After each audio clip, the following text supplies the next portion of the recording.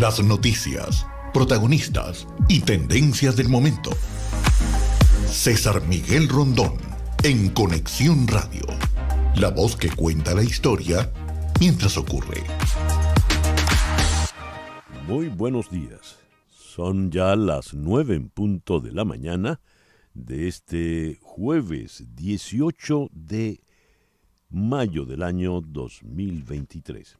Sintoniza usted en Conexión Radio por Éxito 107.1 FM, la emisora del sur de Miami, Territorio Éxitos.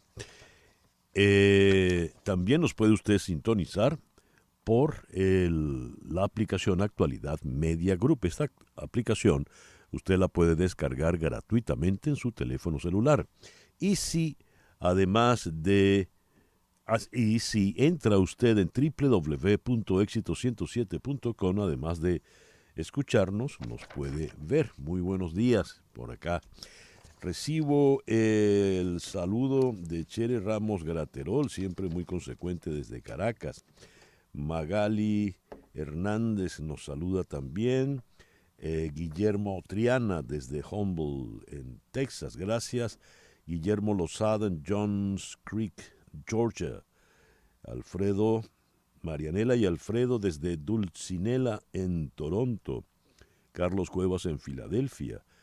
Doña María Alicia Cifontes, muchas gracias por su consecuencia desde Caracas. Carmen Delgado desde Medellín. José E. de Villa en el estado Zulia. Gracias pues a todos por reportar la sintonía de En Conexión Radio.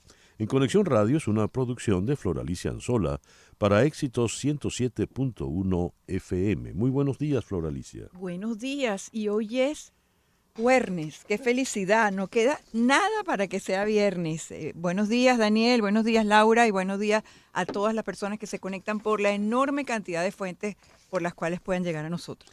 Increíble. Te estás reincorporando y ya estás celebrando el jueves. Claro. Laura Rodríguez está en la producción general. Muy buenos días, Laura. Muy buenos días a todos. Mariel Sofía Rodríguez está encargada de la producción informativa. Ella está en Madrid. Buenos días, Mariel Sofía. Hola, muy buenos días desde Madrid a todos los oyentes, también a mis compañeros del estudio. Esperamos que les guste muchísimo el programa de hoy, ya jueves, cerquita del fin de semana. Jesús Carreño está en la edición y montaje. Daniel Patiño en los controles. Muy buenos días, Daniel. Buenos días, César, al equipo y a nuestros oyentes. Y ante el micrófono, quien tiene el gusto de hablarles, César Miguel Rondón. Hoy, 18 de mayo, es el día de Santa Claudia, Virgen y Mártir. Felicitaciones a todas las Claudias y, por supuesto, a todos los Claudios. Hoy es el día de San Dioscoro de Alejandría.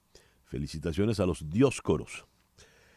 Es el día de San Enrico IX. No, San Enrico no, San Érico o Erico IX. Y hoy hay dos Félix, San Félix de Cantalicio y San Félix de Spalato. Así que felicitaciones a todos los Félix por partida doble. Cuando reparamos en el calendario astrológico de Enrico Mariani, para el día de hoy tenemos menguando a la luna de Tauro, luna de prosperidad, llenura y abundancia.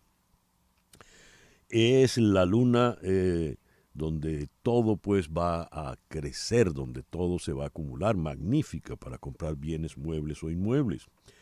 Luna menguante en Tauro, sol en Tauro, cuando tenemos este jueves 18 de mayo.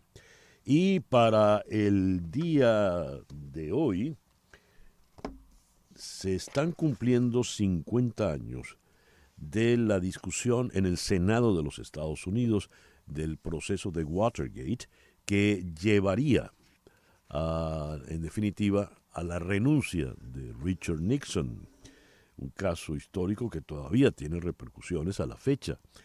Ese va a ser nuestro foro en el día de hoy. Watergate visto 50 años después. No para tanto para ir al pasado, sino para desde el presente ver qué dejó Watergate y qué puede ocurrir. Para ello hemos invitado al doctor Rafael Peñalver, abogado y analista político. Él está en Sunnyvale, Florida. y en Washington al destacado periodista de The Hill, Rafael Bernal. Además de eso, nos vamos a ocupar de la crisis en Ecuador, cuando el presidente Lasso disuelve el Congreso Nacional. Eso lo vamos a abordar con el periodista John Machado. En Kiev vamos a conversar con Oleksiy Otsidach a propósito del ataque masivo y sin precedentes contra varias ciudades ucranianas. Rusia lanzó 30 misiles de crucero contra objetivos en Ucrania.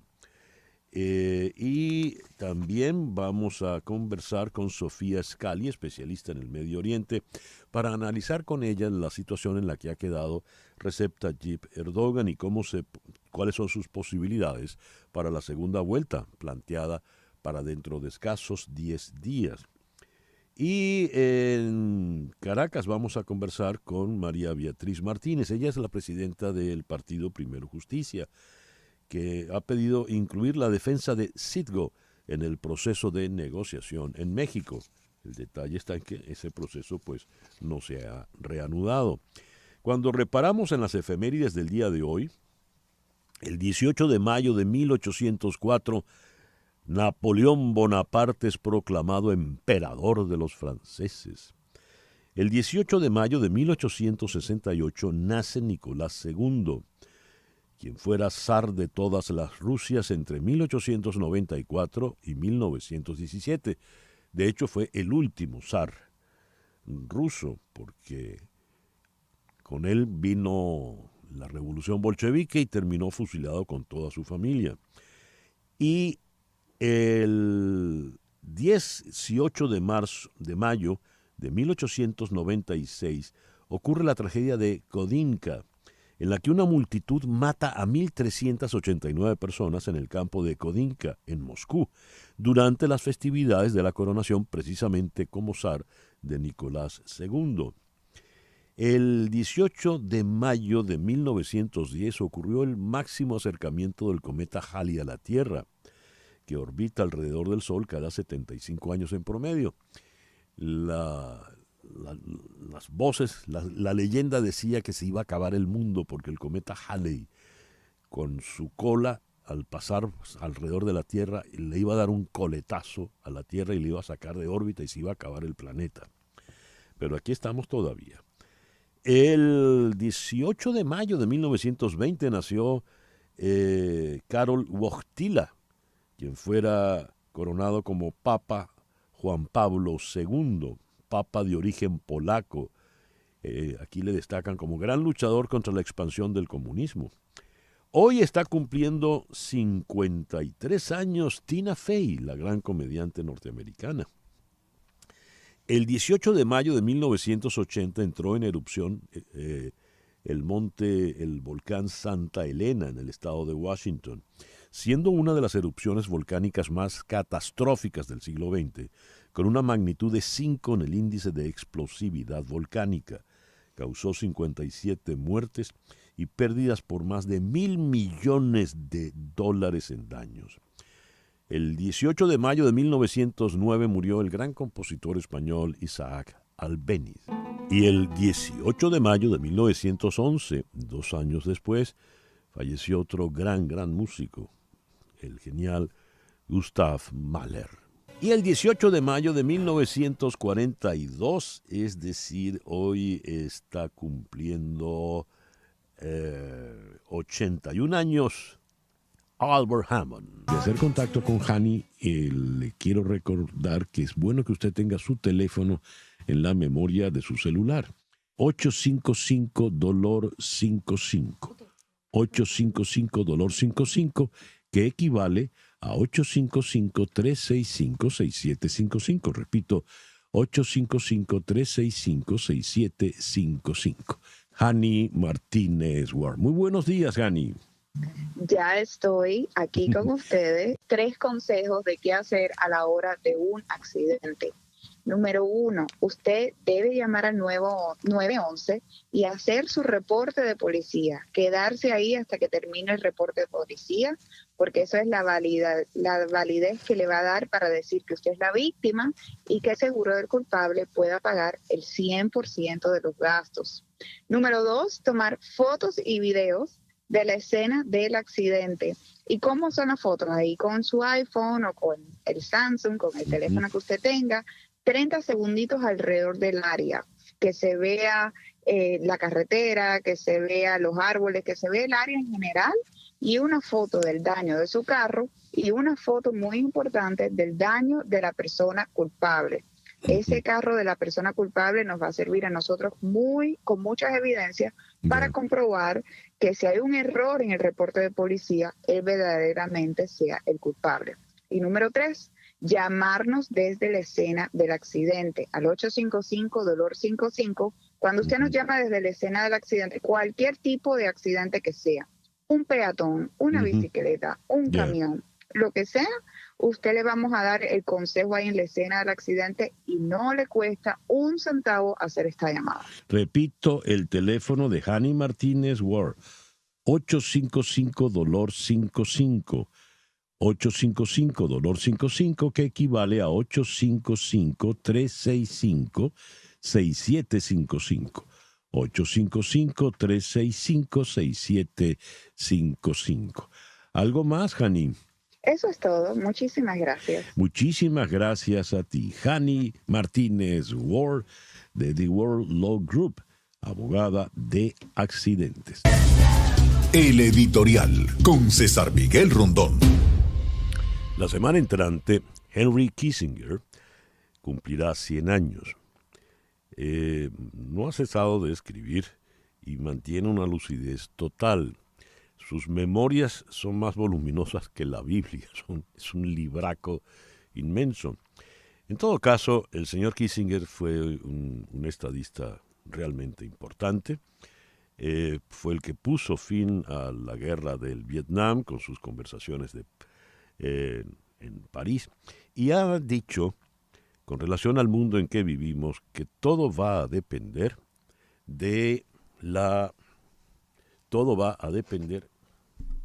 ahí no se ve. Todo va a depender de lo que ocurra entre las relaciones entre China y los Estados Unidos. Deben procurar conciliar intereses, sobre todo los intereses comerciales, y entender que haciendo negocios, buenos negocios, se disipará el fantasma terrible de la guerra. Pues bien, teniendo a China como gran reto, no sé si tomando en cuenta las palabras del señor Kissinger o no, pero lo cierto es que teniendo a China como el gran reto, se reúne este fin de semana en Japón, en la ciudad de Hiroshima, el G7. De hecho, el presidente Biden ya está allí y el G7 no está contente en todo lo que se puede plantear con relación a China. Estados Unidos quiere que el resto del mundo, especialmente la industria doméstica, pueda reemplazar la dependencia china en los microcomponentes. Otros países del G7 no parecen estar tan dispuestos a ello, pero, como dice el viejo refrán, hablando se entiende la gente y urge que lleguen a acuerdos teniendo a China pues en el horizonte. El presidente Biden pretendía, luego de la cumbre en Hiroshima, ir a Papúa Nueva Guinea, con lo cual sería el primer presidente que iría a esta región, y a otros países del sureste asiático, del Pacífico Sur. No lo va a hacer para poder regresar rápidamente a Washington, porque tiene pendiente el tema del techo de la deuda. Sin embargo, según leo en semáforo, el límite ya no existe. No hay un límite para el techo de la deuda, según la última reunión que hubo en la Casa Blanca, donde el presidente y la vicepresidenta Harris se reunieron con Kevin McCarthy, el senador Schumer, el representante Jeffries, y aparentemente han entendido que van a llegar a un acuerdo. Según se ha filtrado, Los republicanos lograrán recortes importantes entre sus metas, pero no se llegará a la fecha crucial, que es el 1 de junio, sin un acuerdo positivo, un acuerdo pues que elimine la posibilidad de que Estados Unidos entre en default. Entrar en default de Estados Unidos sería la catástrofe, no solo para la economía americana, sino para la economía del mundo, entendiendo que esa economía del mundo, ese tren tiene como locomotora la economía de los Estados Unidos. Ojalá pues así sea. Son las 9:17 de la mañana. Noticias de Estados Unidos con César Miguel Rondón en Conexión Radio. El presidente Joe Biden y el primer ministro japonés Fumio Kishida se reunieron hoy jueves para coordinar esfuerzos antes del inicio mañana viernes de la cumbre del G7 en Hiroshima. Los líderes del G7 se reúnen mañana en una cita que estará centrada en la guerra de Ucrania y en las tensiones con China, y donde se quiere enviar un potente mensaje contra el uso de armas nucleares. El gobernador de Florida, Ron DeSantis, convirtió en ley en el día de ayer varios proyectos que incluyen prohibir las cirugías definitivas de reasignación de sexo para niños y los bloqueadores de la pubertad que se utilizan para orientar el desarrollo hacia un género. Es importante que en Florida nos levantemos por la juventud. Permitamos a los niños ser niños, dijo DeSantis, quien denunció que se quieran hacer cosas respecto al cambio de sexo en menores que no son reversibles. Y siguiendo con el gobernador DeSantis, la censura de libros de las autoridades del distrito escolar del condado de Escambia, en el noroeste de Florida, ha originado una demanda presentada en el día de ayer por el Pen Club, Pen America, la organización de escritores en defensa de la libertad de expresión, y la multinacional editorial Penguin Random House. Los querellantes denuncian una violación de la primera enmienda que defiende la autonomía del discurso por la eliminación de las bibliotecas de ese distrito, pegando con Alabama. Está en el noroeste, en la frontera con Alabama. Reclaman el retiro de 10 títulos con temática racial o en torno al tema de las preferencias sexuales. El escrito de la denuncia, a ese escrito se suman 5 autores de literatura infantil y juvenil, así como 2 padres cuyos hijos asisten a las escuelas de Escambia. El escrito alude directamente al gobernador DeSantis. El fiscal especial John Durham, designado en 2019 por el entonces secretario de Justicia William Barr durante el mandato de Donald Trump, ha concluido que el FBI no debería haber lanzado una investigación sobre la supuesta vinculación de la campaña electoral de Donald Trump de 2016 y Rusia. En el informe, Durham indica que el FBI empleó información de inteligencia no corroborada, sin procesar ni analizar, para lanzar pesquisas sobre el equipo de campaña del expresidente republicano y sus posibles lazos con Moscú. Un año después de emitir un fallo importante que amplió el alcance de la segunda enmienda, la Corte Suprema señaló que puede haber límites a su oposición al control de armas. El máximo tribunal rechazó ayer una solicitud de los activistas por los derechos de las armas para bloquear las prohibiciones estatales y locales sobre la venta de rifles de asalto en Illinois, lo que permite que las prohibiciones permanezcan mientras continúan las batallas legales en los tribunales inferiores.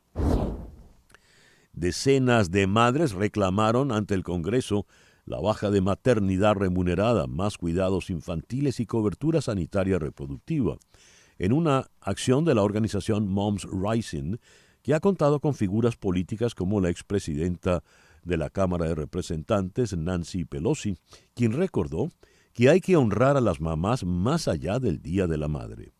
Mejor hagamos algo grande para las mamás, crédito tributario para los hijos, cuidado de niños, bajas médicas, trabajadores de la salud en el hogar, atención preescolar universal, para que los niños estén bien atendidos, pero para que las mamás puedan tomar el lugar que les corresponde en el trabajo. Cita textual para la señora Nancy Pelosi. 9:21 de la mañana.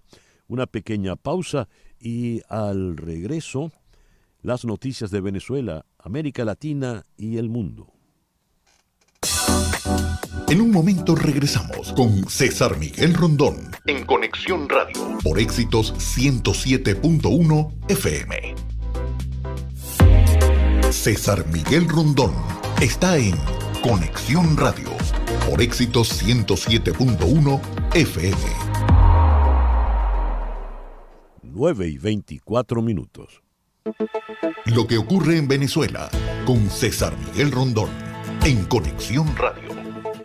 Ayer en su perfil de Twitter, Nicolás Maduro escribió: la desdolarización del comercio mundial es inevitable, lo estamos viendo. Atrás quedará el viejo mundo de sanciones criminales y manipulaciones económicas, con el interés de castigar a los pueblos. El renacer de un nuevo mundo es hoy, donde prevalezca la libertad, la justicia y el respeto. Tipo si escribe bolsería, Dios. Bien. Según el director de Ecoanalítica, el economista Asdrúbal Oliveros, este proceso de desdolarización al que alude Maduro es complicado y difícil de implementar. Nada que ver, pues, con este discurso ampuloso y un tanto fanfarrón. Y siguiendo con Maduro, ayer reiteró su invitación a los empresarios energéticos internacionales a invertir en Venezuela, que cuenta con una de las reservas más grandes de gas. Reitero el llamado a las y los inversionistas del mundo. Todo el gas que necesita Europa lo tenemos en Venezuela. El número de migrantes venezolanos interceptados en la frontera sur de Estados Unidos ha caído en más de un 98% desde el fin del título 42. La normativa sánica permitía expulsiones en caliente por la pandemia de COVID-19. Esto lo dijeron ayer las autoridades de Estados Unidos. Según el subsecretario de Política Fronteriza e Inmigración del Departamento de Seguridad Nacional, Blas Núñez Neto, las detenciones de venezolanos en la frontera con México se han reducido a poco menos de 50 al día desde que el pasado viernes dejara de aplicarse la normativa. Venezuela y China profundizaron sus relaciones políticas durante un encuentro entre Nicolás Maduro y una delegación del oficialista Partido Comunista de China de visita en Caracas. En Venezuela se registraron 63 feminicidios durante los 4 primeros meses del año, lo que equivale al asesinato de una mujer cada 45 horas a manos de hombres que pertenecían a los entornos de las víctimas, según reporte de la ONG Utopics. En lo que va de 2023, está ocurriendo un feminicidio consumado cada 45 horas y un feminicidio en grado de frustración cada 43, cita textual del informe de Utopics. 9:27 de la mañana. Lo que pasa en Latinoamérica, en Conexión Radio. Quito. El presidente de Ecuador, Guillermo Lasso, decretó en el día de ayer, en medio del juicio político en su contra, disolver la Asamblea Nacional, de mayoría opositora, y convocar elecciones generales anticipadas, de modo que gobernará mediante decretos hasta que su sucesor asuma el cargo. En un mensaje a la nación, Lasso anunció esta disolución mediante el mecanismo legal denominado muerte cruzada, por la grave conmoción interna y política del país, después de haber comparecido el pasado martes ante la Asamblea para realizar su alegato de defensa ante la acusación formulada por la oposición por un presunto delito de peculado. Suena muy, muy grave la situación política en el Ecuador. Vamos a Quito. Allí está el periodista de Conectas, John Machado. John, muy buenos días. Muchas gracias por atendernos. Buenos días, César Miguel, y también saludos a toda tu audiencia en Miami y en toda Latinoamérica. ¿Cómo ha argumentado el presidente Lasso este concepto de muerte cruzada por la grave conmoción interna y política? Evo Morales le ha acusado de farsante porque dice, eso fue prácticamente lo que hizo Pedro Castillo, pero a Castillo lo acusaron de golpista. ¿Qué es Guillermo Lasso en este momento luego de esta decisión para el pueblo ecuatoriano? César, Miguel, no solamente Evo Morales se ha pronunciado en contra de la decisión tomada por el presidente del Ecuador, Guillermo Lasso Mendoza, sino muchos líderes de izquierda a nivel de Latinoamérica y de Iberoamérica, señalando que lo que buscaba Guillermo Lasso con esta decisión era simplemente evadir el juicio político que se desarrollaba en su contra en la Asamblea Nacional, el principal órgano parlamentario del Ecuador. Si bien es cierto que la decisión se ha tomado dentro del marco de un juicio político en el que era incierto si es que Guillermo Lasso iba o no a seguir al frente de la presidencia del Ecuador, también es cierto que las razones que tenía Guillermo Lasso para tomar esta decisión, es decir, la grave crisis política y conmoción interna, estaban demostradas y también eran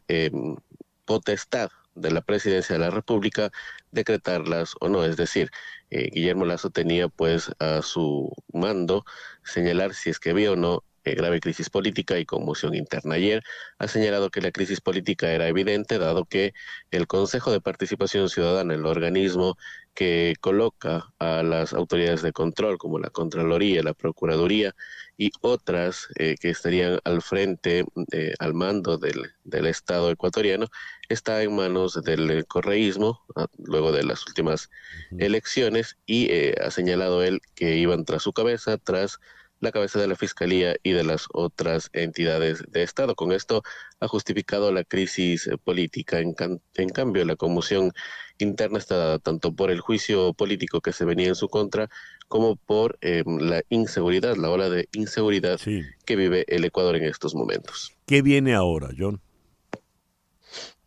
Lo que viene ahora es un proceso eleccionario. La muerte cruzada disuelve totalmente la Asamblea Nacional y desde el día de hoy, desde el día de ayer, más bien para ser exactos, la Corte Constitucional vigilará que los decretos, leyes que emita Guillermo Lasso sean o estén adaptados a la Constitución de la República, y el Consejo Nacional Electoral tomará el mando de lo que suceda en el país, dado que así lo señala el Código de la Democracia para procesos eleccionarios. Hasta el 20 de agosto, ha dicho hoy en la mañana la presidenta del Consejo Nacional Electoral, Diana Atamaint, que se espera ya tener resultados electorales y hasta octubre se tendría un nuevo presidente de la República en el Ecuador. Guillermo Lasso podría ir a la reelección.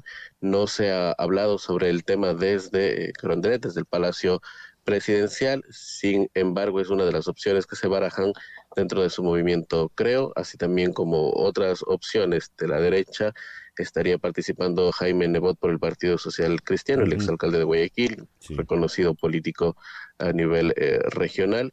Y la carta de la izquierda podría ser Yacu Pérez, un militante indígena que pues estaría también encarando las elecciones, y obviamente un representante del correísmo que todavía no se ha definido.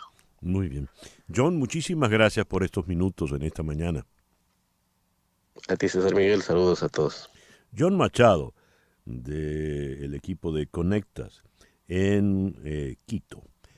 Siguiendo con las noticias de América Latina, tenemos en Bogotá que el Instituto Colombiano de Bienestar Familiar recibió información de que fueron hallados con vida y en buen estado de salud los 4 niños que desaparecieron en un accidente de avión ocurrido en las selvas del sur del país hace 17 días, en el que viajaban otros 3 adultos cuyos cuerpos fueron encontrados sin vida. Este 17 de mayo se recibió información proveniente del territorio que asegura el contacto con los 4 niños y niñas que hacían parte de las personas que se transportaban en la aeronave, dijo el Instituto Colombiano de Bienestar Familiar. Buenos Aires. El peronismo, que gobierna Argentina desde 2019, debe desde ayer ordenar su estrategia electoral después de que la influyente vicepresidenta Cristina Fernández confirmara que no será candidata a las elecciones presidenciales del 22 de octubre, en medio del gran descontento social por la crisis económica. La decisión de la también exmandataria deja desamparados a sus seguidores, que le insistían que aceptara postularse para un tercer mandato, y a la coalición oficialista sin la confirmación de ningún candidato presidencial a pocas semanas del límite para presentar a los precandidatos. 9:33. Las noticias del otro lado del mundo. En Conexión Radio. Estambul. El presidente de Turquía, Recep Tayyip Erdogan, anunció ayer que el acuerdo de exportación de cereales desde Ucrania por vía marítima, que expiraba al día de hoy, será prorrogado por otros 2 meses. Gracias a los esfuerzos de nuestro país, el apoyo de nuestros amigos rusos y la participación de nuestros amigos ucranianos, se ha decidido prorrogar por otros 2 meses el acuerdo del pasillo de cereales en el Mar Negro. Cita textual de Erdogan en Twitter. Copenhague. El Consejo de Europa clausuró ayer su cumbre de jefes de Estado y de Gobierno con la creación de un registro de daños y perjuicios por la intervención militar rusa en Ucrania, el respaldo al proceso para constituir un tribunal especial que juzgue la agresión y la demanda a Moscú de que libere a los civiles deportados por el conflicto. La cumbre de Reykjavik, la cuarta en los 73 años de historia del Consejo de Europa y la primera desde la de Varsovia en 2005, envió un mensaje de unidad a favor de Ucrania, aunque el registro de daños, que pretende ser el primer paso para un futuro mecanismo de compensación, no contó con respaldo unánime. El jefe de la oficina presidencial ucraniana, Andriy Yermak, agradeció hoy al Senado al enviado especial de la República Popular de China, Li Hui, que visitara Kiev y se reuniera con el gobierno y con algunas de las principales autoridades del Estado en materia de seguridad y derechos humanos. Estamos interesados en que China se implique en la implementación de la fórmula de paz ucraniana, dijo Yermak en un comunicado de la oficina presidencial. El Reino Unido y los Países Bajos, con apoyo de Francia y Bélgica, han accedido a trabajar en una coalición de cazas para Ucrania, mientras Rusia envía refuerzos al bastión de Bakhmut, donde las tropas ucranianas acosan al enemigo y ganan terreno alrededor de la ciudad. Los líderes de Dinamarca, Islandia, Noruega, Finlandia y Suecia han expresado su apoyo al proceso de adhesión de Ucrania a la OTAN y a la Unión Europea durante una cumbre a la que ha asistido en Helsinki el presidente ucraniano Volodymyr Zelensky. En este sentido, los líderes nórdicos han sentenciado que el futuro de Ucrania y su gente está en la familia euroatlántica. Y el Kremlin declaró hoy jueves su disposición a escuchar con gran atención cualquier propuesta para un arreglo en Ucrania, al anunciar la visita a Moscú de una delegación de países africanos para debatir una iniciativa de paz. Las autoridades rusas han amenazado con responder ante el posible establecimiento de bases militares de Estados Unidos en Finlandia, en plena invasión rusa de Ucrania. La portavoz del Ministerio de Exteriores, María Zakharova, ha indicado que Moscú se verá forzado a tomar medidas en represalia, ya sea a nivel militar como técnico o de otra naturaleza, para detener lo que considera como amenazas a la seguridad nacional. París. Una semana después de que la Fiscalía pidiera su procesamiento por la financiación ilegal de la campaña presidencial de 2007, el expresidente Nicolás Sarkozy recibió ayer un nuevo mazazo judicial con la confirmación de la condena a 1 año de prisión firme por corrupción en 2014. El Tribunal de Apelación de París reiteró la pena impuesta en primera instancia: 3 años de cárcel, de los cuales 2 exentos de cumplimiento por haber tratado de beneficiarse de su condición de ex jefe de Estado para obtener beneficios judiciales en otra causa abierta en su contra. Tailandia. El vencedor de las elecciones, Pita Limjaroenrat, anunció hoy jueves que su partido reformista Avanzar ha formado una coalición con otros 7 grupos de la oposición prodemocrática que le garantizaría 313 de los 376 escaños necesarios para su elección como primer ministro. El músico británico Sting alertó que los artistas afrontan una batalla para defender su trabajo frente al auge de las canciones creadas con sistemas de inteligencia artificial. Los cimientos de la música nos pertenecen a nosotros, los humanos, dijo hoy el compositor de Englishman in New York en una entrevista divulgada por la BBC. Esto va a ser una batalla que todos vamos a tener que luchar durante el próximo par de años. Defender el capital humano frente a la inteligencia artificial. Cita textual para Sting. En los últimos meses, la industria musical se ha visto sacudida por numerosas creaciones que clonan la voz y el estilo de las grandes estrellas. El reloj indica en este momento 9:39 de la mañana, Capicúa. Una pequeña pausa y al regreso venimos con nuestro foro del día de hoy. Watergate, 50 años después. Continuamos en breve con César Miguel Rondón en Conexión Radio por Éxitos 107.1 FM.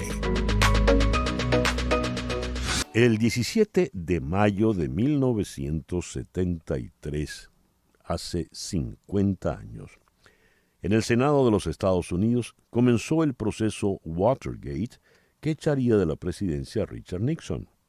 Pero fue el 17 de junio del año anterior, 1972, cuando se dio inicio a una de las controversias políticas más importantes en la historia de los Estados Unidos, el escándalo Watergate. Este caso descubrió cómo el entorno del expresidente Richard Nixon espió la campaña del Partido Demócrata de cara a las presidenciales de 1972 y cómo el entonces presidente intentó por todos los medios que esto no se descubriera. La controversia finalmente hizo que Nixon se convirtiera en el primer presidente en renunciar, el primero y el único que ha renunciado a la presidencia en la historia de los Estados Unidos. Primero fueron los plomeros, unos plomeros que resultaron cubanos, los plomeros en Watergate, que fue la fachada que se utilizó para el espionaje. Y de repente, entre las personas que allanaron las oficinas del Partido Demócrata allí en el edificio Watergate frente al Potomac, estaba James McCord, quien fue miembro de la CIA y en ese momento era el jefe de seguridad para la campaña de la reelección de Nixon. Y esa presencia de este señor McCord entre los detenidos es lo que llama la atención de los entonces muy jóvenes periodistas Bob Woodward y Carl Bernstein de The Washington Post. Todo el proceso fue filmado por Alan J. Pakula en All the President Men, Todos los Hombres del Presidente, una película que protagonizaron Dustin Hoffman como Woodward y Robert Redford como Bernstein. ¿Qué ocurrió con Watergate más allá de la renuncia del expresidente, del entonces presidente Richard Nixon? 50 años después, ¿Estados Unidos puede vivir algo parecido? Vamos a abordar este tema con el hashtag Watergate 50 años después, con Rafael Peñalver, abogado y analista político en Sunnyvale, Florida. Rafael, muy buenos días, muchísimas gracias por acompañarnos en el programa de hoy. Muy buenos días, César, buenos días a todos desde Sunnyvale, una isla que se está recuperando del ciclón que ocurrió aquí el 28 de septiembre, inundó toda la isla. Y espero que podamos mantener esta conexión porque han habido fallas en las conexiones de internet aquí en la isla, así que esperemos que durante esta transmisión podamos mantenerla. Ojalá, vamos a cruzar los dedos. En la ciudad de Washington está el periodista de The Hill, Rafael Bernal. Rafael, muy buenos días. Muchísimas gracias por sumarte a esta conversación. Buenos días, un gusto acompañarlos. A ver, ¿qué fue Watergate en la historia de Estados Unidos más allá de la renuncia, de lo que llevó a la renuncia de Richard Nixon? Sus famosas grabaciones, la negativa a entregársela a la Corte Suprema, como fue solicitado en su momento por el máximo tribunal, la presencia de aquel personaje que se llamaba Deep Throat, Garganta Profunda, y Garganta Profunda porque había una película pornográfica en esa época muy famosa que traía ese título precisamente. ¿Qué fue todo eso a efectos de la política de Estados Unidos? Comencemos con Rafael Peñalver. Yo diría que fue una época donde se perdió la inocencia se perdió en gran parte la fe que tenía el pueblo norteamericano en la palabra de la presidencia, y también se estableció una relación muy antagonista entre la presidencia y la rama ejecutiva y la prensa. La prensa jugó un papel importantísimo en todo esto. Si no hubiera sido por el Washington Post, por Woodward, por Bernstein, por Dan Rather en CBS, pues no hubiera terminado como terminó. Pero también fue una época donde el Partido Republicano al final, cuando vio que la evidencia era imposible de tapar con el dedo, los dirigentes del partido fueron a la Casa Blanca encabezados por el senador Barry Goldwater, que había sido candidato presidencial, y le plantearon al presidente: su posición es inmantenible.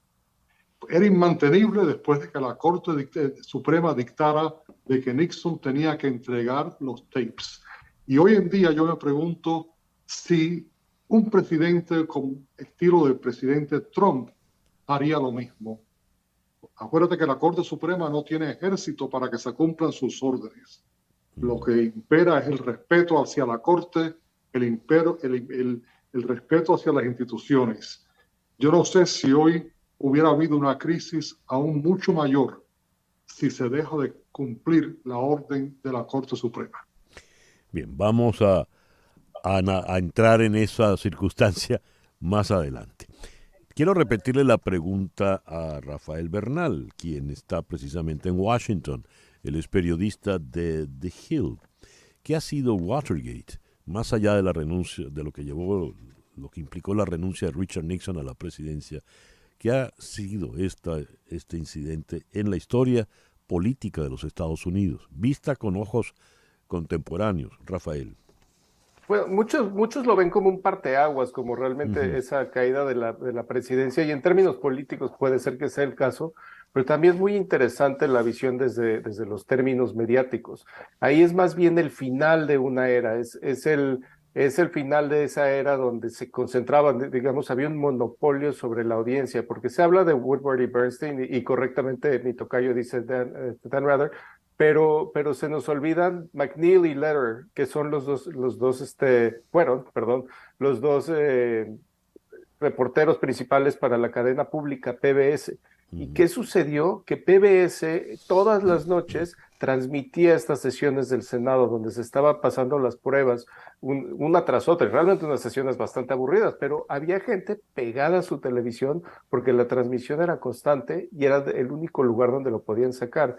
Entonces, si bien el Washington Post descubrió muchos de estos temas, de lo que había sucedido, y finalmente descubrió la pistola humeante, que de hecho ese término de la pistola humeante viene de Watergate, el PBS ayudó a que el público estadounidense pudiera ver paso a paso cómo se estaba llevando a cabo seriamente estas sesiones en el Senado.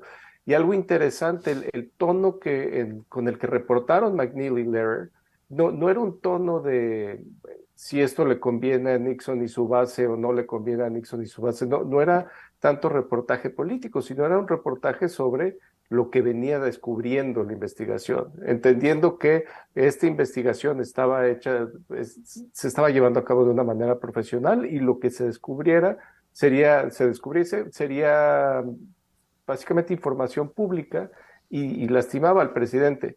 Ahora, todo eso muy bien, pero 7, 8 años después, vino al aire CNN, y no voy a decir que es algo malo, obviamente tiene sus pros y sus contras la explosión mediática y la democratización de los medios, pero sí en el actual ambiente político no tendría que ser un Trump, tendría que ser casi cualquier político que iría a la cadena que más lo apoya para sacar refuerzos, para alentar a su base y para evitar tener que renunciar como lo tuvo que hacer Nixon, que mal que bien no tenía una cadena suya, no había un Fox News 1973.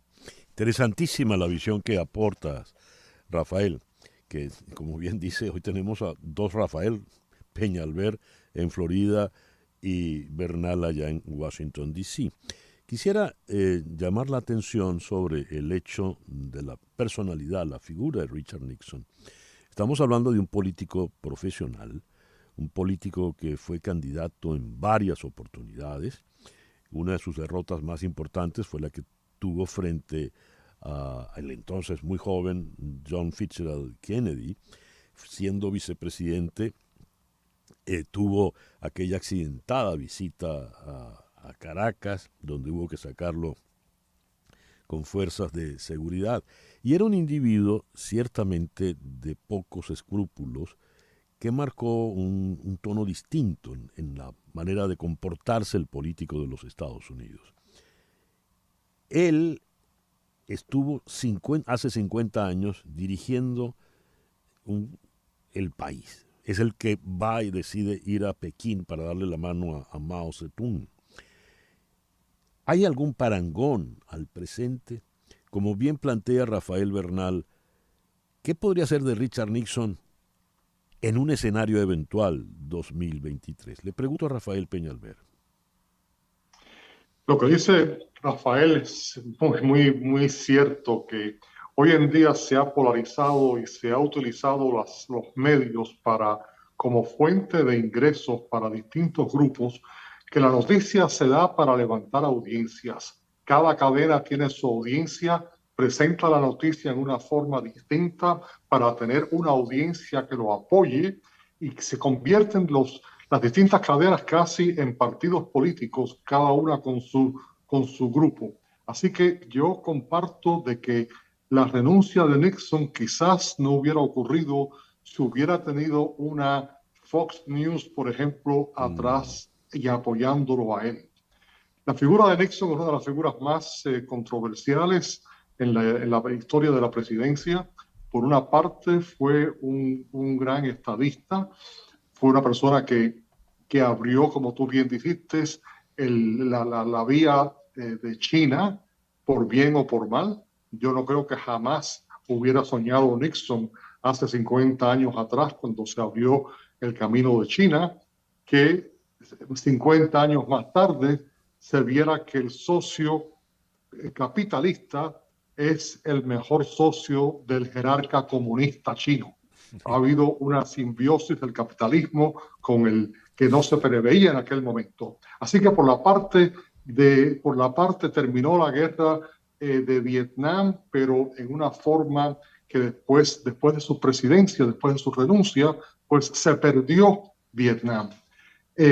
Por otra parte, hay que darle crédito por haber aceptado la derrota ante John Kennedy en el año 1960 en una forma digna, sin que el país tuviera que atravesar por una situación difícil, porque había cierta evidencia que los votos de Chicago, que le habían dado los votos electorales del estado de Illinois a Kennedy, pues que había habido cierta trampa, quizás, para llamarlo tal y como está, en esos votos. Y Nixon dijo, no, yo no voy a llevar al país por ese camino, prefiero perder antes de ir por ese camino. Y después, cuando vino la Corte Suprema y le forzó a entregar los tapes, y vinieron los líderes republicanos y le dijeron su posición en el Senado es inmantenible, usted va a ser impeached, va a ser encausado y posiblemente vaya a ser encontrado culpable y vaya a ser quitado de la presidencia a la fuerza. Antes de llevar al país por ese camino, renunció.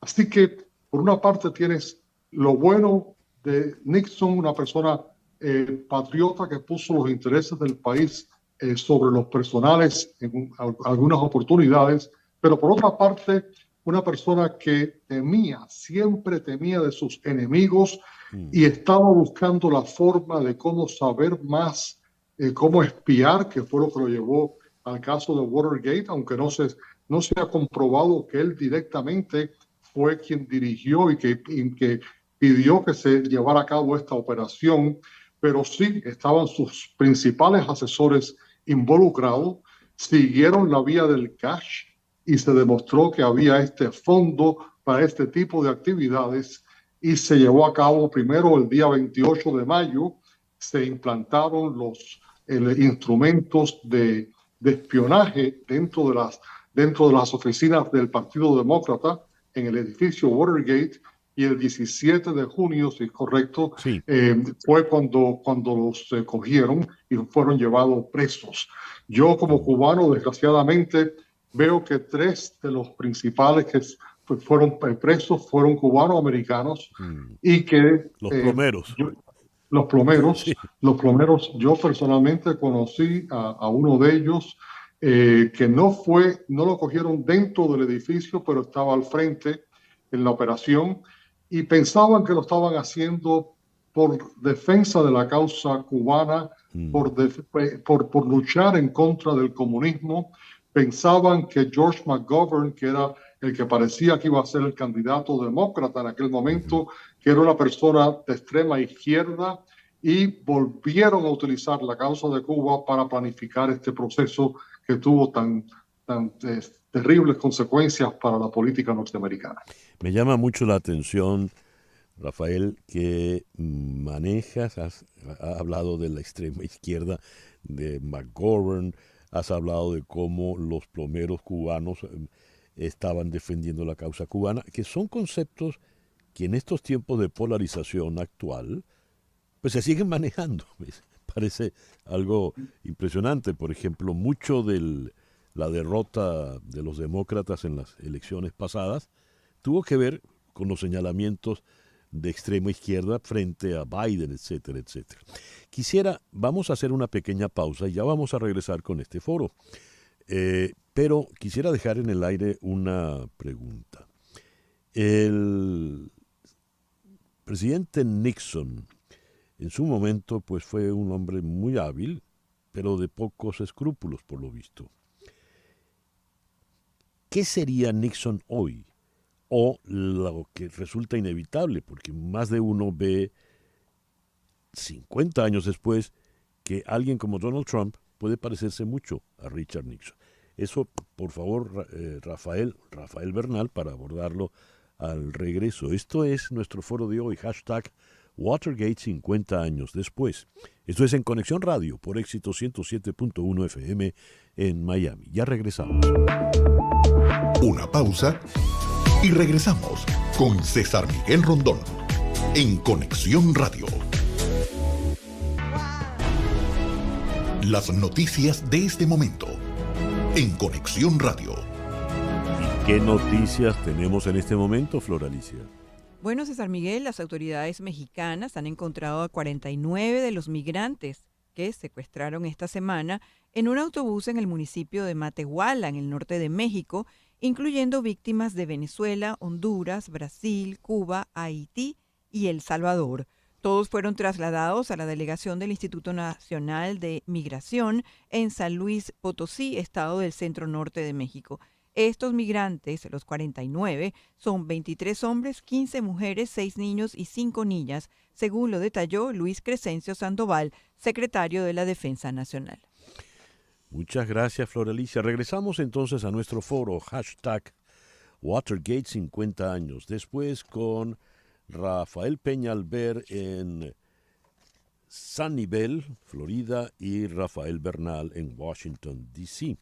Rafael Bernal, quedó para ti la pregunta, el comentario antes de la pausa comercial. El paralelo, el parangón que se pudiese establecer 50 años después entre Richard Nixon y, por ejemplo, Donald Trump. Rafael. Bueno, me diste tiempo para pensar en la respuesta, lo cual agradezco. Pero lo que me vino en mente fue que Richard Nixon tampoco es que le fuera difícil salirse de un escándalo. Hay que recordar cuando buscaba la vicepresidencia bajo Dwight Eisenhower, hubo un escándalo de que le regalaron un perrito a sus hijos y eso contaba como una donación de campaña que no había registrado. En esa época era algo que se tomaba muy seriamente y se salió básicamente yendo a los medios a decir: no le puedo romper el corazón a mi hijita quitándole este perro. Ustedes hubieran hecho lo mismo. Es un acto realmente trompista hoy en día. Simplemente no respondió a las acusaciones, pero respondió digamos, al corazón de sus votantes. Y sí, salió con la suya, fue vicepresidente, como se mencionó, perdió contra Kennedy y luego ganó la presidencia y la ganó de una manera balanzada. Hoy en día, ¿qué sería de un Richard Nixon? Yo creo que es un tipo de personaje que tal vez no existe hoy, porque sí, por ese lado se puede parecer a Trump, pero también era un tipo muy preparado, era un tipo de gobierno que conocía, bueno, como ya se habló aquí, tenía una visión geopolítica. Algunos no están de acuerdo con su visión geopolítica. Me imagino que la izquierda chilena no concuerda con él y mucha gente en Centroamérica tampoco le encanta su visión, pero fue su visión y la implementó. Se podría decir que mejor que ningún otro presidente estadounidense. Fue el que tuvo más éxito en relaciones exteriores, visto obviamente desde el punto de vista de que hizo lo que buscaba, logró lo que buscaba hacer. Entonces es realmente un presidente conocedor, inteligente. Me cuesta trabajo, obviamente, decir que fue alguien respetuoso de las instituciones, dado cómo terminó su carrera política, pero sí era alguien institucional en el sentido de conocerlas y trabajar dentro de ellas. No venía a romper las instituciones de la manera que la nueva derecha del Partido Republicano llega con ese desdén por el gobierno. Ese desdén por el gobierno empezó a nacer más tarde en el reaganismo, que fue otro gobernador de California como Nixon, que eventualmente llegó a la presidencia, que fue un presidente republicano muy popular también. Entonces, no sé si exista alguien así hoy en día, un político que conozca, que sepa, que no es realmente un político del pueblo, brillante realmente, pero que al mismo tiempo esté dispuesto a hacer casi cualquier cosa por mantenerse en el poder. Creo que sí existen los que hacen casi cualquier cosa por mantenerse en el poder, sí existen los muy doctos y muy conocedores del tema, pero no hay pocos que cubren esas dos descripciones. Interesantísimo lo que plantea Rafael Bernal, periodista de The Hill en Washington. Me gustaría escuchar la reflexión de Rafael Peñalver en esta especie de parangonando, mejor dicho, a Nixon con Trump 50 años después.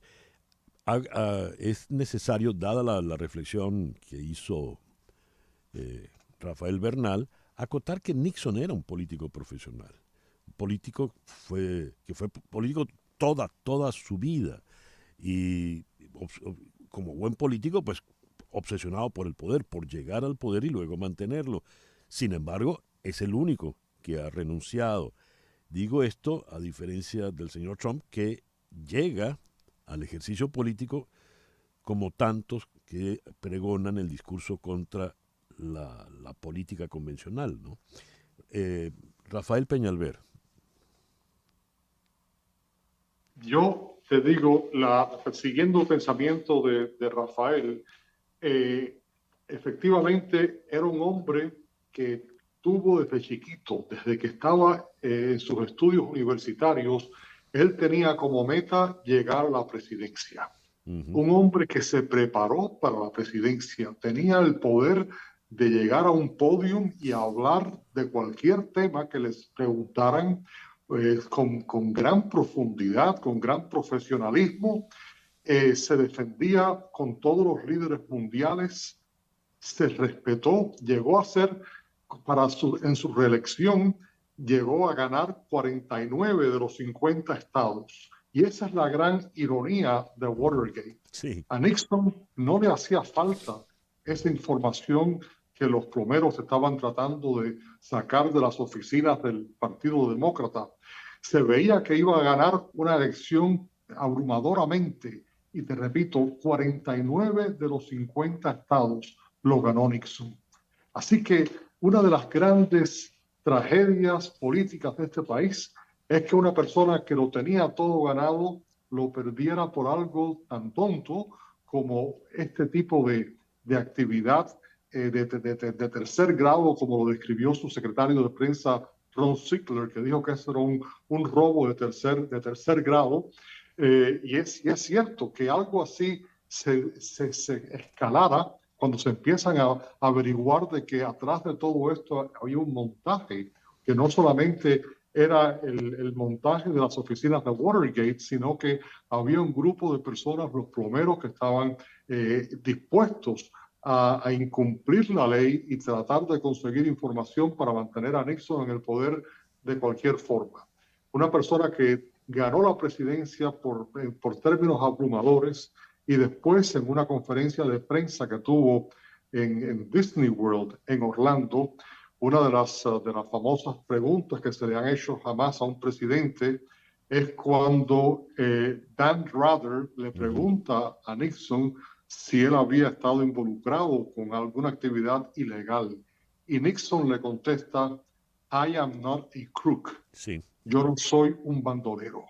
Y eso pues ya cuando el presidente llega a esa posición defensiva, ya ahí no tenía cómo mantenerse, y cuando salió la orden de la Corte Suprema y efectivamente demostró que él, acuérdate, cuando comenzaron estos hearings de los que hablaba Rafael Bernal, cuando comenzaron estas vistas en el Congreso, no se sabía que existían los tapes. Fue cuando vino a testificar Alexander Butterfield, que dijo que Nixon había instalado en la oficina oval un sistema de grabadoras y para grabar todo lo que se decía. Ahí es cuando se desploma, porque mientras que no hubiera habido esa evidencia de los tapes, Nixon hubiera seguido negando que todo esto pasó. John Dean, que era su asesor legal, hubiera sido imposible comprobar lo que él decía, y Nixon hubiera terminado su presidencia y quedaría entre la historia como uno de los grandes presidentes de los Estados Unidos. Fue por el mecanismo de las grabaciones que se logró comprobar de que su defensa era falsa y no le quedó otro remedio que entregar el poder. Pero no caíste en el quizá peine de la comparación con Donald Trump. La comparación es muy difícil en el sentido de que tú tienes Donald Trump, una persona que nunca se preparó para la presidencia, una persona que nunca había ocupado un puesto público anterior, pero que donde se unen los dos puntos es que Trump está dispuesto a destruir las instituciones por mantenerse en el poder. Tiene muy poco respeto por el sistema político. Es más, que la gran atracción que él tiene para muchos es que es una persona que va a destruir, que va a romper el sistema.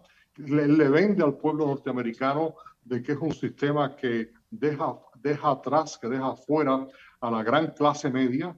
Nixon, por lo contrario, trata de elevar que es el presidente del law and order, de la ley, que va a mantener la ley, y irónicamente la ley es lo que lo destruye. Así es. Estamos acercándonos hacia el final. Repasando acá, veo que el señor Nixon, ha sido muy atractivo como personaje dramático para el cine. No solo la película que ya mencioné de Alan J. Pakula, All the President's Men, sino que ha sido interpretado por grandes actores. Por ejemplo, Anthony Hopkins hizo de Richard Nixon en la película de Oliver Stone, una película larga, Y llegó incluso a tener una nominación al Oscar, un actor tan veterano como Frank Langella, en la película Frost Nixon, que de nuevo nos lleva al mundo de los medios. Nixon recuerdo que sabía medir bien esto. Cuando ocurre la crisis de los rehenes, yo vivía en Nueva York y recuerdo que Barbara Walters le pidió una entrevista y Nixon le dijo, cómo no, pero tengo yo que estar, tiene que ser en vivo porque no me la van a editar. Y la primera impresión que dio Nixon cuando le preguntan por la crisis, él dice, el error del presidente Carter es que dijo, lo más importante es la vida de los rehenes, y resulta que los rehenes eran diplomáticos, y los diplomáticos salen en misiones a defender a la nación. ¿Por qué es tan atractivo desde el punto de vista mediático y popular Richard Nixon? Le pregunto a Rafael Bernal ya a manera de conclusión.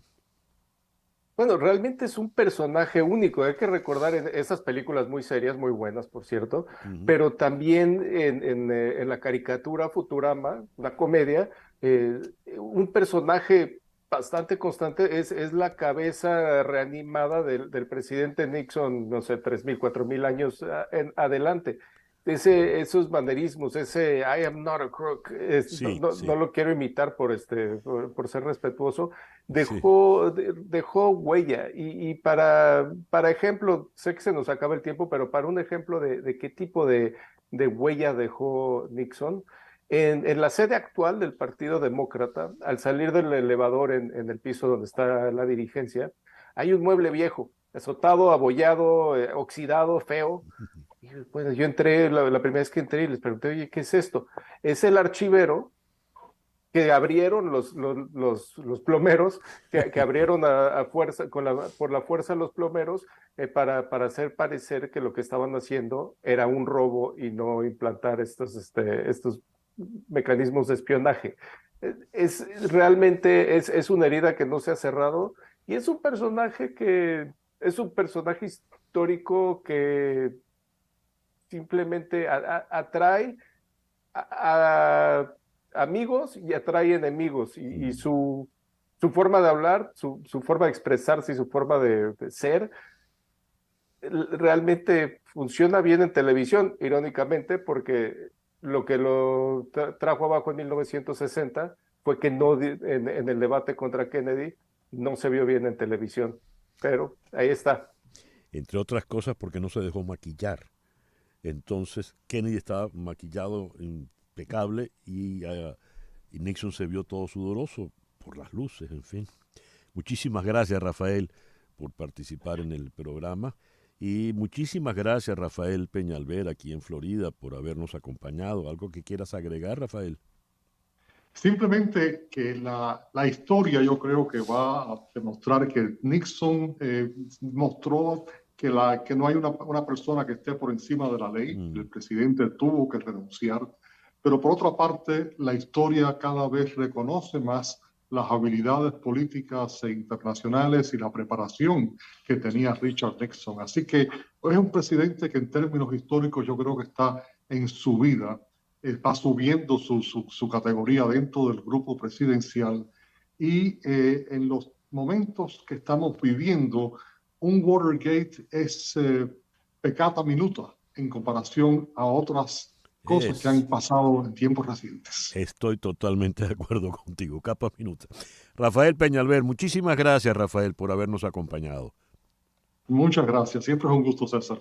Y Rafael Bernal, allá en Washington. Rafael, muchísimas gracias. Sobre todo, magnífica la anécdota del mueble abollado en la sede del Partido Demócrata en Washington. Gracias, Rafael. Gracias a ti. Gracias, Rafael. Muy bien. Rafael Bernal, de The Hill en Washington, y Rafael Peñalver, abogado y analista político en Sunnyvale, Florida. 10:23 de la mañana, una pequeña pausa, y ya regresamos en Conexión Radio por Éxito 107.1 FM en Miami. Una pausa y regresamos con César Miguel Rondón en Conexión Radio. La radio. Radio. En Conexión Radio, con César Miguel Rondón.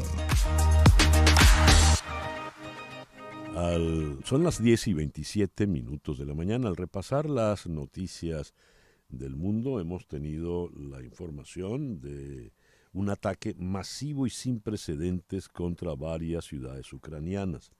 Fueron 30 misiles de crucero contra objetivos en Ucrania, en distintas zonas del país. Según las defensas antiaéreas ucranianas, derribaron 29 de los 30. Vamos hasta Kiev. Allí, en la línea telefónica, está el periodista y analista Oleksiy Otkidach.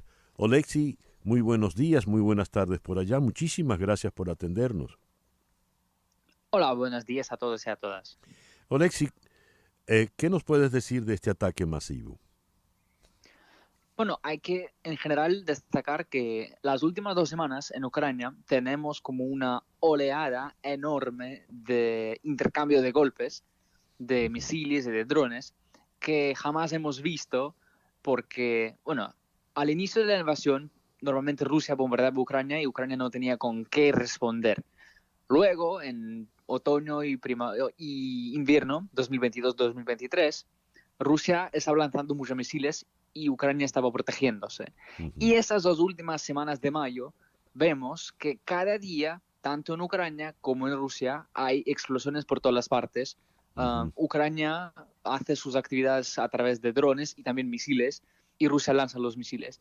Lo que sí tenemos diferente en últimos 2-3 ataques de Rusia, que lanzaron muchos misiles, incluso los famosos hipersónicos Kinzhal, que son muy raros, que son muy pocos, para intentar golpear los sistemas antiaéreos Patriot de los Estados Unidos.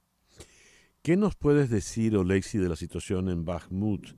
Tengo entendido que las tropas ucranianas están acorralando a las rusas. ¿Es así?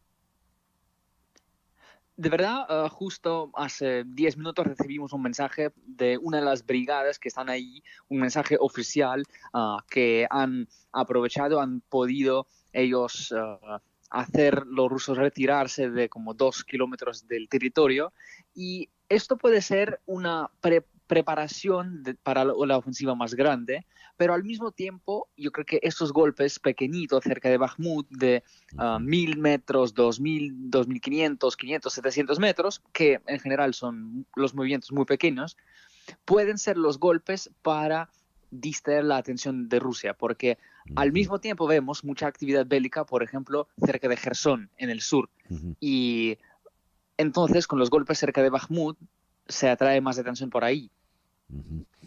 Ahora, ¿qué nos puedes decir de la visita del enviado de la República Popular de China a Kiev?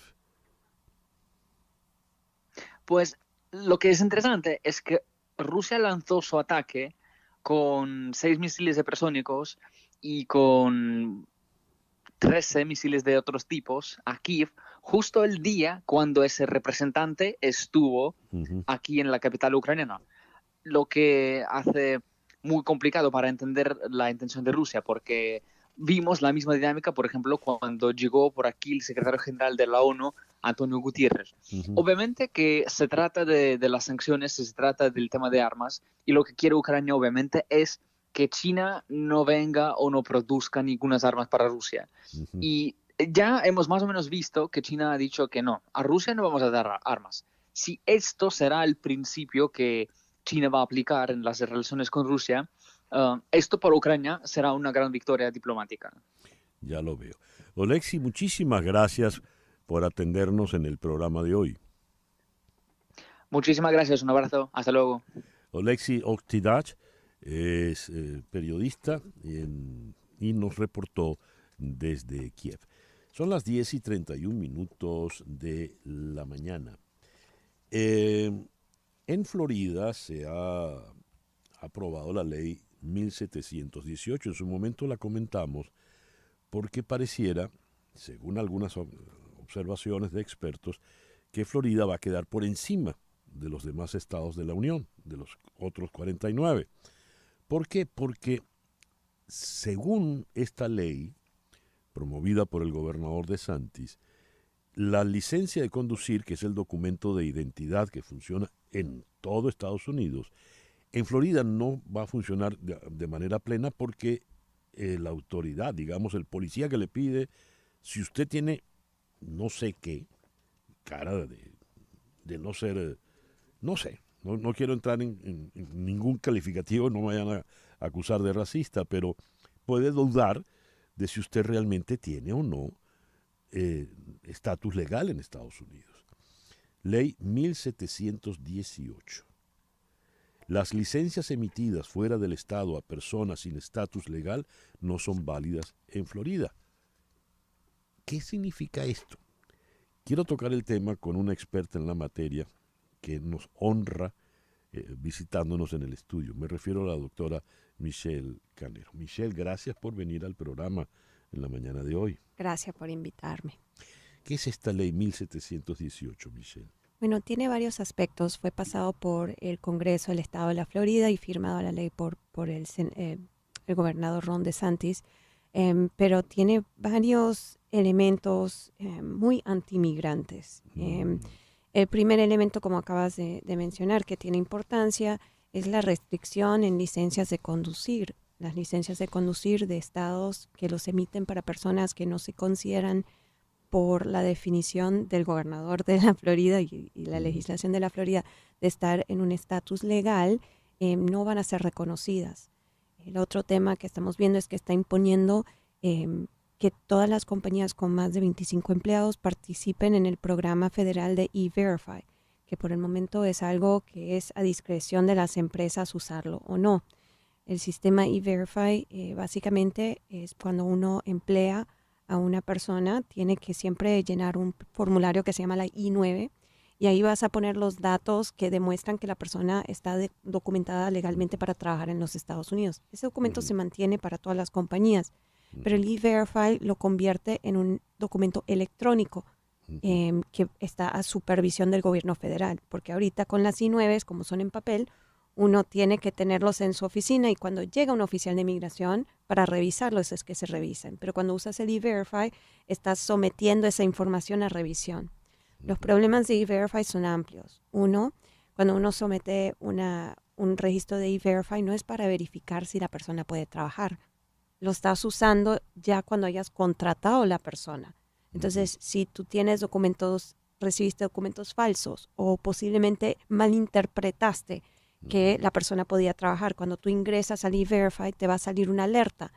Van a rechazar ese aplicante, pero ahora si tú empiezas a tener varias alertas, eso te pone a ti bajo escrutinio del gobierno federal para que te vengan a inspeccionar las I-9.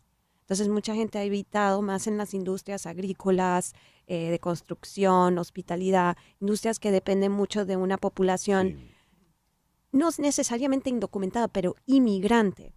Porque, por ejemplo, si tú tienes tu permiso de trabajo y lo vas a renovar, ¿verdad? Hay periodos de tiempo que esa extensión de tu permiso de trabajo es automática. Si la mandas la renovación un día después de la expiración, no la es. Y cuando tú renuevas un permiso de trabajo, es tu obligación y la de la empresa actualizar la I-9. La mayoría de las compañías no hacen eso porque los permisos de trabajo son cada año, ¿verdad? Ahora vamos a poner en inspección todas estas personas que posiblemente estén en como un limbo y no necesariamente tengan todos los documentos para trabajar técnicamente. Ahora esas personas no van a poder trabajar y las empresas no van a poder continuar a emplearlos mientras esperan las renovaciones si no cumplen a la letra de la ley lo que es la extensión automática. Hoy tuvimos una conversación con una señora que estaba diciendo que ella había aplicado el permiso de trabajo y que fue a buscar un trabajo y la rechazaron porque ella estaba bajo la percepción que al introducir la solicitud automáticamente podía empezar a trabajar. Y eso no es la realidad. Las personas con asilo pendiente que aplican el permiso de trabajo no pueden trabajar hasta que no se los apruebe. Lo mismo con las personas con TPS, a menos que sean ucranios, y lo mismo con personas que tienen el parol humanitario. Cuando llegas acá, no puedes trabajar automáticamente. Tienes que pedir un permiso de trabajo y esperar hasta que lo aprueben.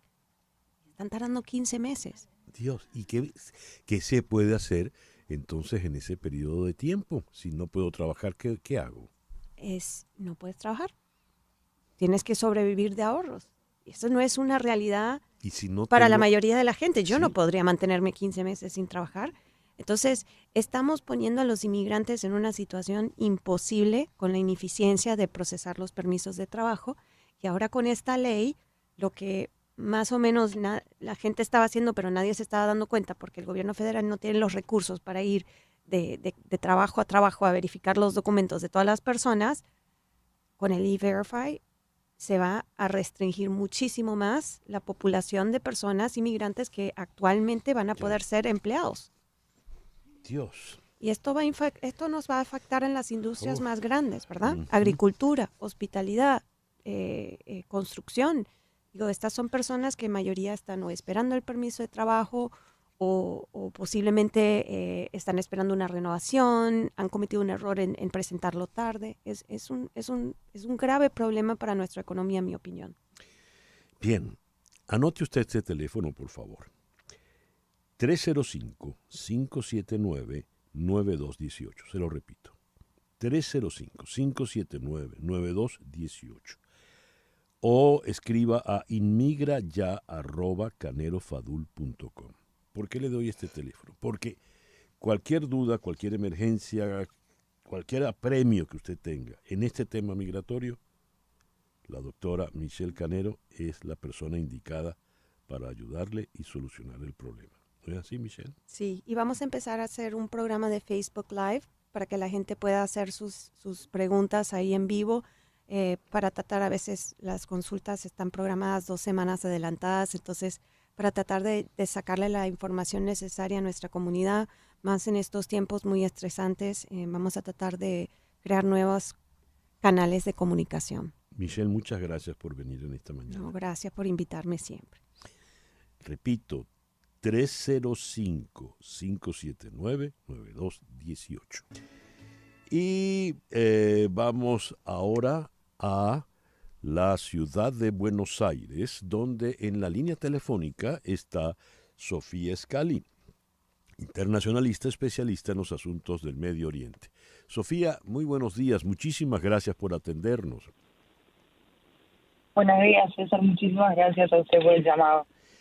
El presidente Erdogan no logró la votación necesaria el pasado domingo y tiene que ir a una segunda vuelta exactamente en 10 días. ¿Qué puede ocurrir? ¿Cuáles son sus verdaderas posibilidades?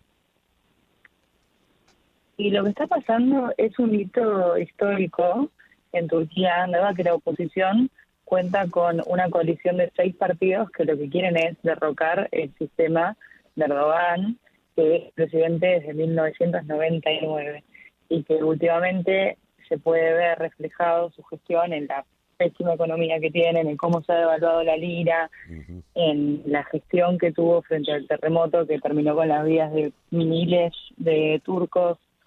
Entonces, lo que está pasando en este momento es que esa coalición está demostrando que la gente efectivamente está uniendo sus fuerzas, dejando de lado sus diferencias para poder realizar un cambio estructural en Turquía.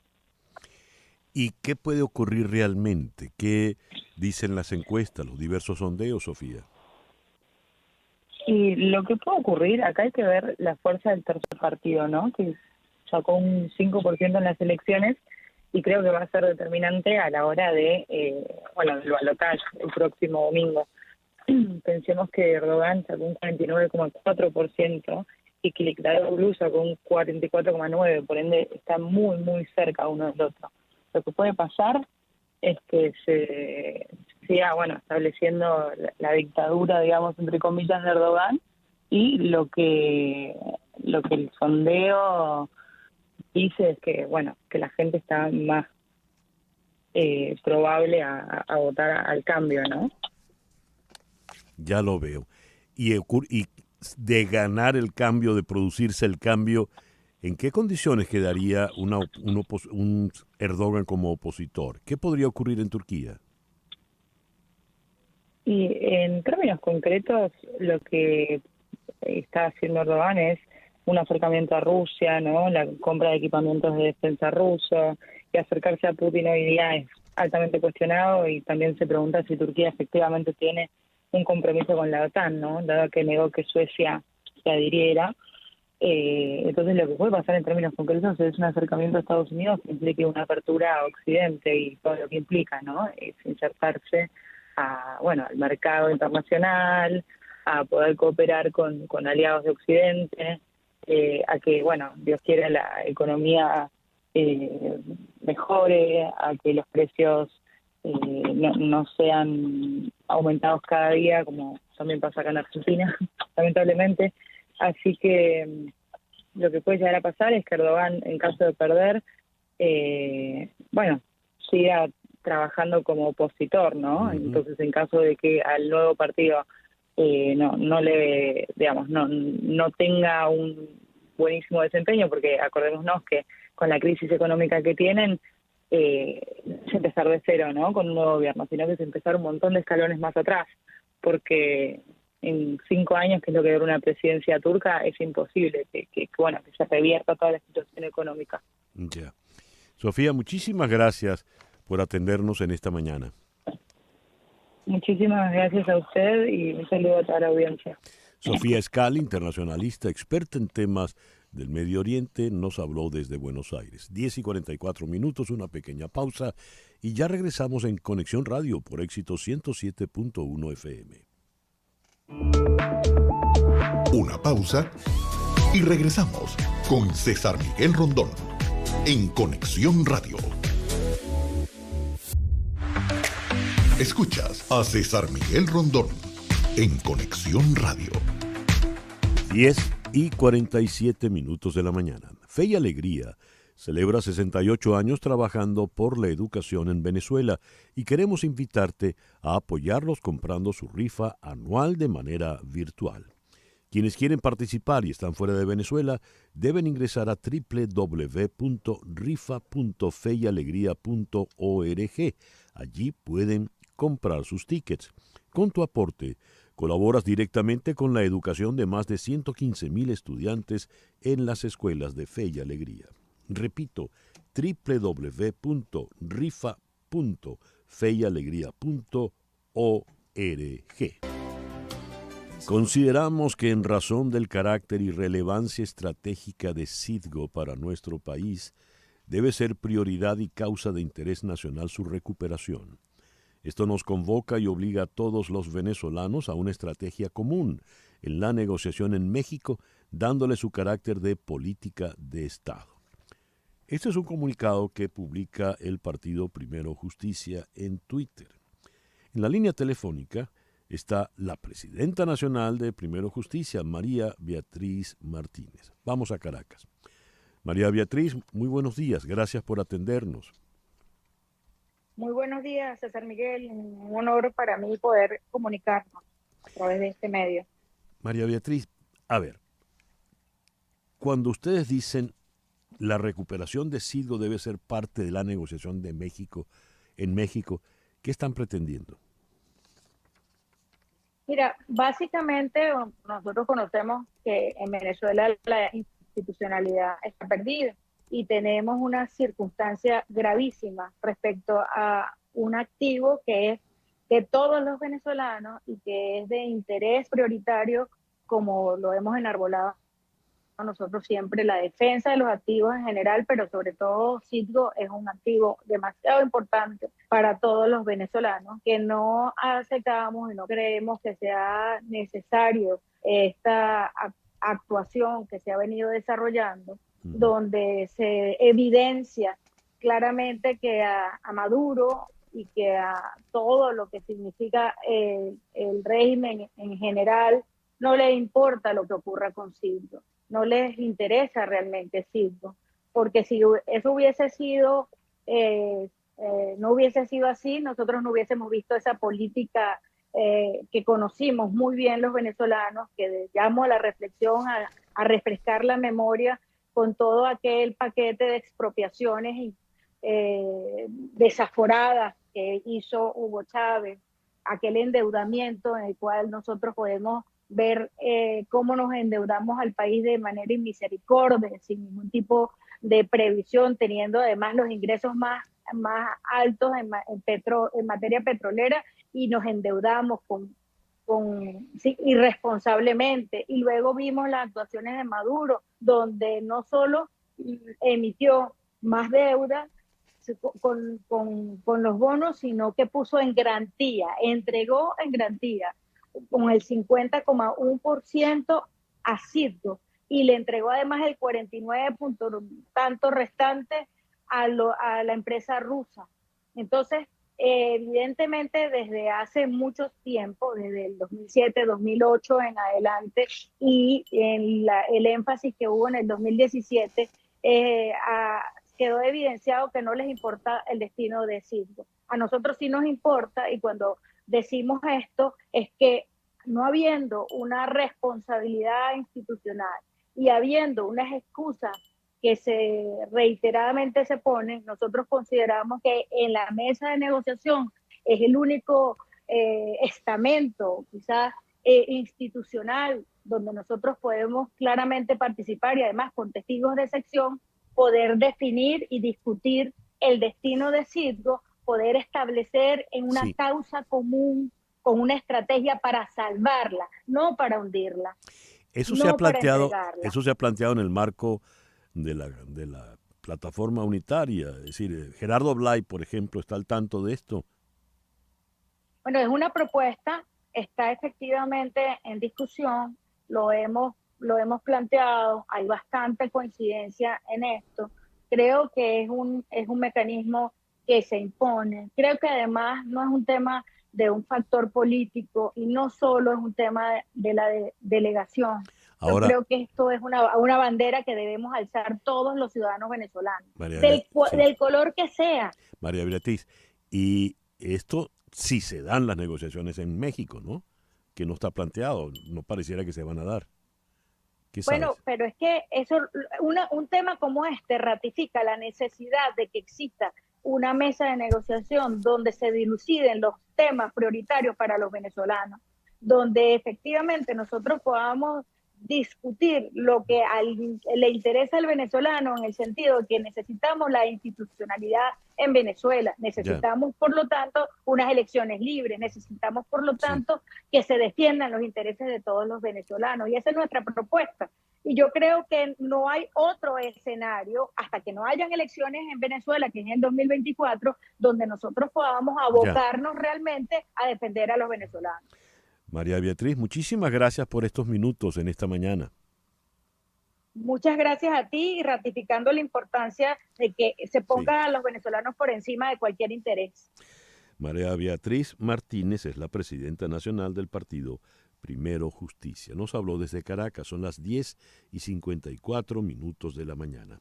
Contratar los servicios de un abogado de inmigración es un asunto serio, porque establecerse en Estados Unidos requiere de trámites que debes transitar con abogados con mucha experiencia.